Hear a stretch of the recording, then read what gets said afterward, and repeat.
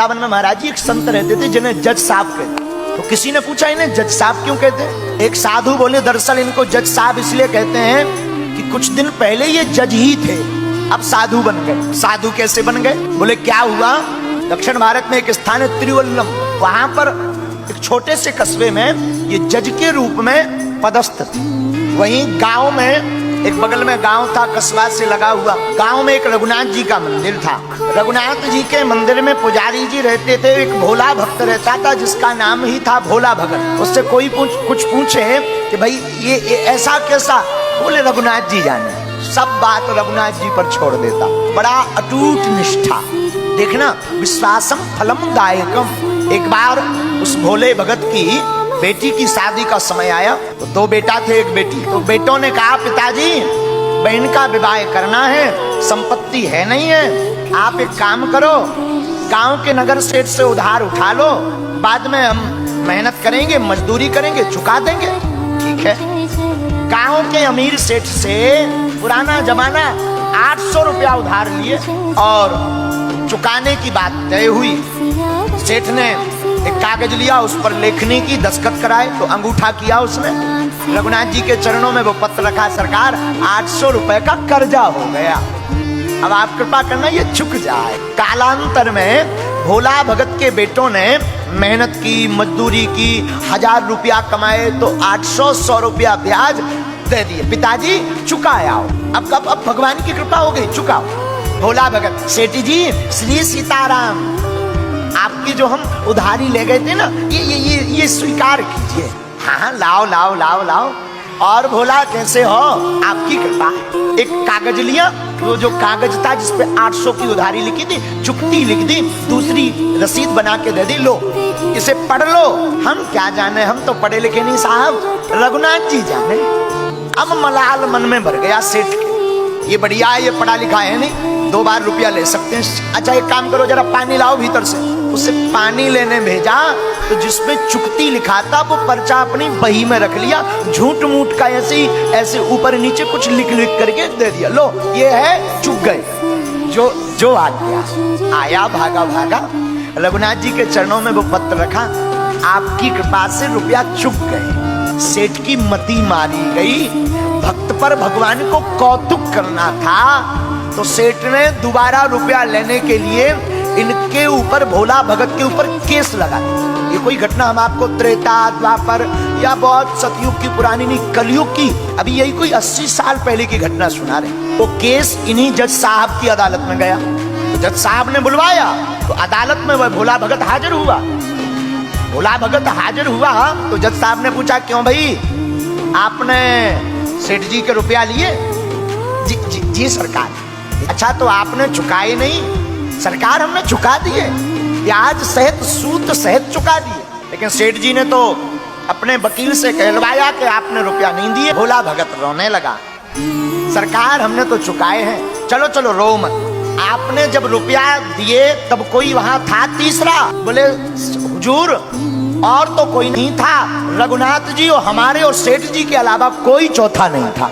जज साहब को लगा रघुनाथ जी कोई गांव का आदमी है, तो गरीब दशा देखकर, शरीर की दशा देखकर, अच्छा ठीक है तुम जाओ, दोबारा फिर गवाही होगी, फिर आना। अपने ही रुपयों से जज साहब ने एक संबंध निकाला रघुनाथ जी के नाम से, डाकिया संबंध लेकर के गांव में आया। अब भगवान की ऐसी कृपा कि उस गांव में रघुनाथ नाम का कोई व्यक्ति नहीं, तो किसी ने कहा कि यहाँ पर रघुनाथ नाम से तो कोई नहीं रहता, पर रघुनाथ जी का एक मंदिर है। तो वो पत्र पहुंचाने वाले ने कहा कि वही मंदिर ही बताओ, कहीं दे आए।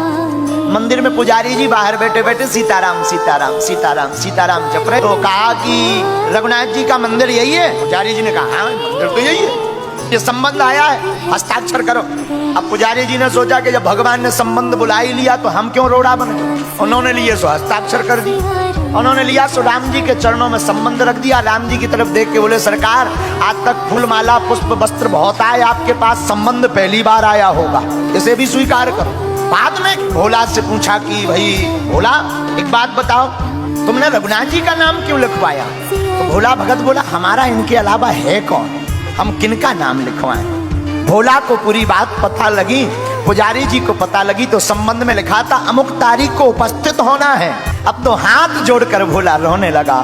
समय आ गया जिस दिन गवाही प्रस्तुत होनी थी।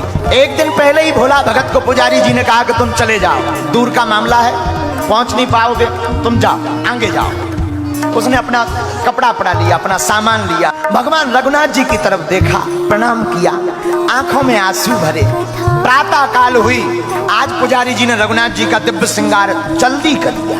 भगवान को स्नान ध्यान करवाया, पूजा पाठ की, वस्त्र पहनाए, तिलक चंदन लगाया और कहा सरकार आज आप पहली बार बाहर जा रहे हैं, मूर्ति की पूजा पहली बार बाहर जा रहे हैं, जल्दी भोजन बनाए, भूखे रहेंगे, वहां पता नहीं अदालत में कितना टाइम लगेगा। और आंखों में आंसू भर के पुजारी जी बोले याद रखना उस भोले भगत का आपके अलावा कोई नहीं है, आप भूल मत जाना। अदालत प्रारंभ हुई।